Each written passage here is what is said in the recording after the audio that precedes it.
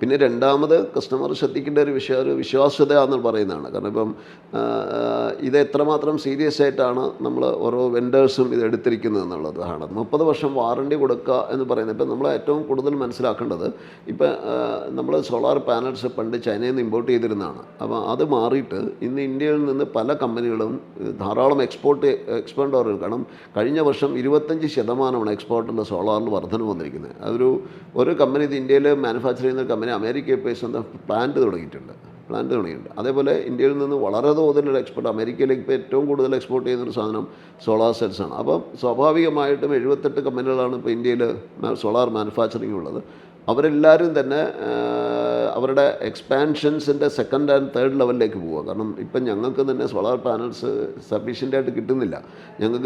ഞങ്ങൾ ചെയ്യുന്ന പല കമ്പനികളിലും സോളാർ പാനൽസ് ഷോർട്ടേജാണ്. അതിനിപ്പോൾ വരാൻ പോകുന്ന 2-3 മാസക്കാലം എന്ന് പറയുന്നത് നോർത്ത് ഇന്ത്യയിൽ സീസൺ ആവാൻ പോവുകയാണ്. അപ്പം ജൂൺ ജൂലൈ വരെ അവിടെ ചൂട് കൂടുതലാവുന്ന സമയത്ത് അവിടെയൊക്കെ വലിയ തോതിൽ ഇൻസ്റ്റലേഷൻ നടക്കുന്നുണ്ട്. നമുക്ക് പാനൽസ് കിട്ടാനില്ല, അതിലെ വയേഴ്സ് കിട്ടാനില്ല, അതുപോലെ ACDB DCB ഇങ്ങനെ കിട്ടാനില്ലാത്തൊരു സിറ്റുവേഷൻസാണ് വരുന്നത്. അപ്പോൾ അങ്ങനെയൊക്കെയുള്ള സമയത്ത് കമ്പനികൾക്കെല്ലാം വളരെ ഗ്രോത്ത് റേറ്റ് കൂടുതലായതുകൊണ്ട് ആ കമ്പനികളൊക്കെ അടുത്ത വർഷങ്ങളോളം സസ്റ്റെയിൻ ചെയ്യും. അപ്പോൾ കമ്പനികളെ സംബന്ധിച്ചോളം ഗവൺമെൻറ്റിൻ്റെ MNREയുടെ സ്ട്രിക്റ്റ് കൺട്രോൾസ് ഉണ്ട്, നോമിനേഷൻസ് ഉണ്ട്, എല്ലാം ഉണ്ട്, വളരെ കൂടുതലാണ്. പക്ഷേ നമ്മളിപ്പോൾ വെൻഡേഴ്സിൻ്റെ കാര്യത്തിൽ വരുന്ന സമയത്ത് അത് എത്രമാത്രം സീരിയസ് ആണ് എന്നുള്ളത് അറിയുന്നില്ല. കാരണം പൊട്ടൻഷ്യലാണ്. കാരണം ഈ കഴിഞ്ഞ 10 മാസക്കാലം കൊണ്ട് കേരളത്തിൽ മാത്രം 540 കോടി രൂപ സബ്സിഡിയായിട്ട് വിതരണം ചെയ്ത് കഴിഞ്ഞു.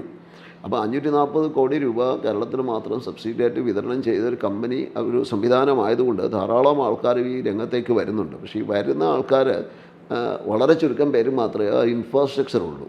അപ്പോൾ ഇൻഫ്രാസ്ട്രക്ചർ ഇല്ലാണ്ട് ഒരു സംവിധാനം വന്നു കഴിഞ്ഞാൽ നാളെ ഇതിനുള്ള ഇപ്പോൾ ഒരു കംപ്ലയിൻറ്റ് വന്നു കഴിഞ്ഞാൽ പൂർണ്ണമായി കമ്പനി മാത്രം ഡിപ്പെൻഡ്. ഞങ്ങളിപ്പോൾ പാനൽസും ഇൻവെർട്ടേഴ്സും വന്ന് കമ്പനികളുടെയാണ്. അപ്പോൾ വാറണ്ടി എന്ന് പറയുന്നത് മാനുഫാക്ചറുടെ സൈഡിൽ നിന്നാണ്. പക്ഷേ മാനുഫാക്ചറിങ് മാത്രം പ്രതീക്ഷിച്ചുകൊണ്ട് നമ്മൾ കേരളത്തിൽ 10 ലക്ഷം ഇൻസ്റ്റാളേഷൻ നടത്തി കഴിഞ്ഞാൽ ഈ 10 ലക്ഷം ആളുകൾക്ക് കംപ്ലയിൻസിൻ്റെ പ്രൊപ്പോർഷനായിട്ട് 1% കംപ്ലയിൻസ് വന്നാൽ പോലും ഈ എക്സിസ്റ്റിംഗ് കമ്പനികളുടെ ഇൻഫ്രാസ്ട്രക്ചർ വെച്ച് നടന്നു പോവില്ല.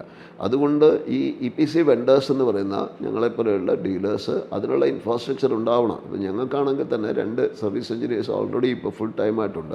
അത് കൂടാണ്ട് നമ്മൾ കൂടുതൽ ആൾക്കാരെ വെച്ചുകൊണ്ടിരിക്കുന്നു. ഞങ്ങൾക്ക് ഇൻഹൗസ് പ്രോപ്പർ എല്ലാം ഉണ്ട്. ഇപ്പോൾ നാളെ ഒരു കംപ്ലയിൻറ്റ് പറഞ്ഞാൽ ആ കംപ്ലയിൻറ്റ് പറയുന്ന സമയത്ത് കംപ്ലയിൻറ്റ് റീപ്ലേസ്മെൻറ്റിന് കമ്പനിക്ക് പറഞ്ഞാൽ പോലും നമ്മുടെ കയ്യിൽ സ്റ്റോക്ക് ഉണ്ടല്ലേ മാറ്റി കൊടുക്കാനൊക്കെ ഉള്ളൂ. അപ്പോൾ അതനുസരിച്ചിട്ട് അത്രമാത്രം സ്റ്റോക്കും ആ തരത്തിലുള്ളൊരു വെൻഡറായി മാറണമെന്നുള്ള ചുരുങ്ങിയ ഒരു 5 കോടി രൂപയുടെയെങ്കിലും ഇൻവെസ്റ്റ്മെൻറ്റ് ആവശ്യമുണ്ട്. അപ്പം അത്രമാത്രമുള്ള ഡീലേഴ്സ് അല്ലെങ്കിൽ വെൻഡേഴ്സ്, EPC വെൻഡേഴ്സ് എന്ന് കേരളത്തിൽ വിരലിലെണ്ണാവുന്ന മാത്രം ആൾക്കാരുള്ളൂ. വളരെ കുറച്ച് ആൾക്കാർ മാത്രമേ ഉള്ളൂ. പക്ഷേ കൂടുതൽ 2000-ഓളം ആൾക്കാർ അല്ലാണ്ട് ചെയ്യുന്നുണ്ട്. അവർ ഓർഡർ എടുത്തതിന് ശേഷം ഇൻസ്റ്റാൾ ചെയ്യുന്ന ആൾക്കാരാണ്.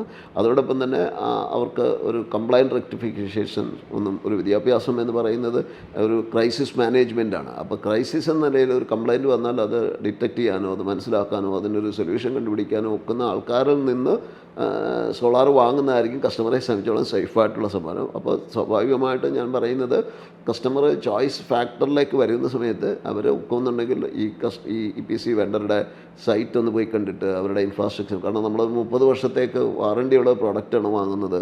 അതോടൊപ്പം തന്നെ നമ്മളൊരു വിശ്വാസ്യതയില്ലാണ്ട് നമ്മളൊരു യൂട്യൂബിലൊക്കെ വന്ന് പറയുന്ന ഒരു അടിസ്ഥാനം മാത്രം വെച്ചിട്ടല്ലാണ്ട് അവർ നേരിട്ട് വന്നത് ബോധ്യപ്പെടുത്തി ചെയ്യുന്നതായിരിക്കും നല്ലത്. മാത്രമല്ല ഞങ്ങളാണെങ്കിൽ ഞങ്ങളുടെ ഓഫീസിലിപ്പോൾ ഒരു എക്സ്പീരിയൻസ് സെൻറ്റർ സ്റ്റാർട്ട് ചെയ്തിട്ടുണ്ട്.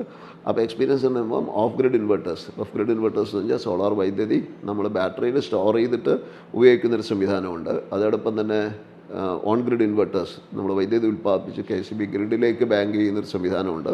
ആ സംവിധാനം 2 നമ്മളിവിടെ വെച്ചിട്ടുണ്ട്. ഞങ്ങൾ ഉടൻ തന്നെ ഇത്രയും വലിയ സ്പേസ് 10,000 സ്ക്വയർ ഫീറ്റ് ഏരിയ എടുത്തേക്കുന്നത് അവിടെ നമ്മൾ വിൻമില്ല് വെക്കുന്നുണ്ട്. അതിൻ്റെ ഒരു പ്രോസസ്സ് സാധ്യത നമ്മൾ മനസ്സിലാക്കി കൊടുക്കുന്നുണ്ട്. അതിൽ ഇനി ഇതിനകത്തെ ഒരു ലേറ്റസ്റ്റ് റെവല്യൂഷൻ ആവാൻ പോകുന്ന പംപ്ഡ് സോളാർ പ്രോജക്റ്റ് PSP എന്ന് പറയും. പംപ്ഡ് സോളാർ പ്രോജക്റ്റിൻ്റെ ഒരു മിനിച്ചർ മോഡൽ ഞങ്ങളിവിടെ ചെയ്തിട്ടുണ്ട്.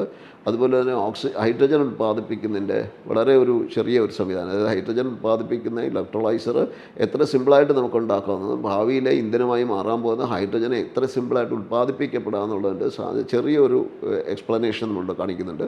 അപ്പോൾ കസ്റ്റമേഴ്സിന് നമ്മുടെ ഷോറൂമിൽ വന്നു കഴിഞ്ഞാൽ അവർക്ക് എല്ലാ തരത്തിലുള്ള ഒരു എന്താ പറയുക ഒരു എക്സ്പീരിയൻസും കിട്ടിയതിന് ശേഷം ബോധ്യപ്പെട്ടതിന് ശേഷം വാങ്ങാൻ സാധിക്കുന്ന സംവിധാനമാണ് നമ്മൾ അറേഞ്ച് ചെയ്തിരിക്കുന്നത്.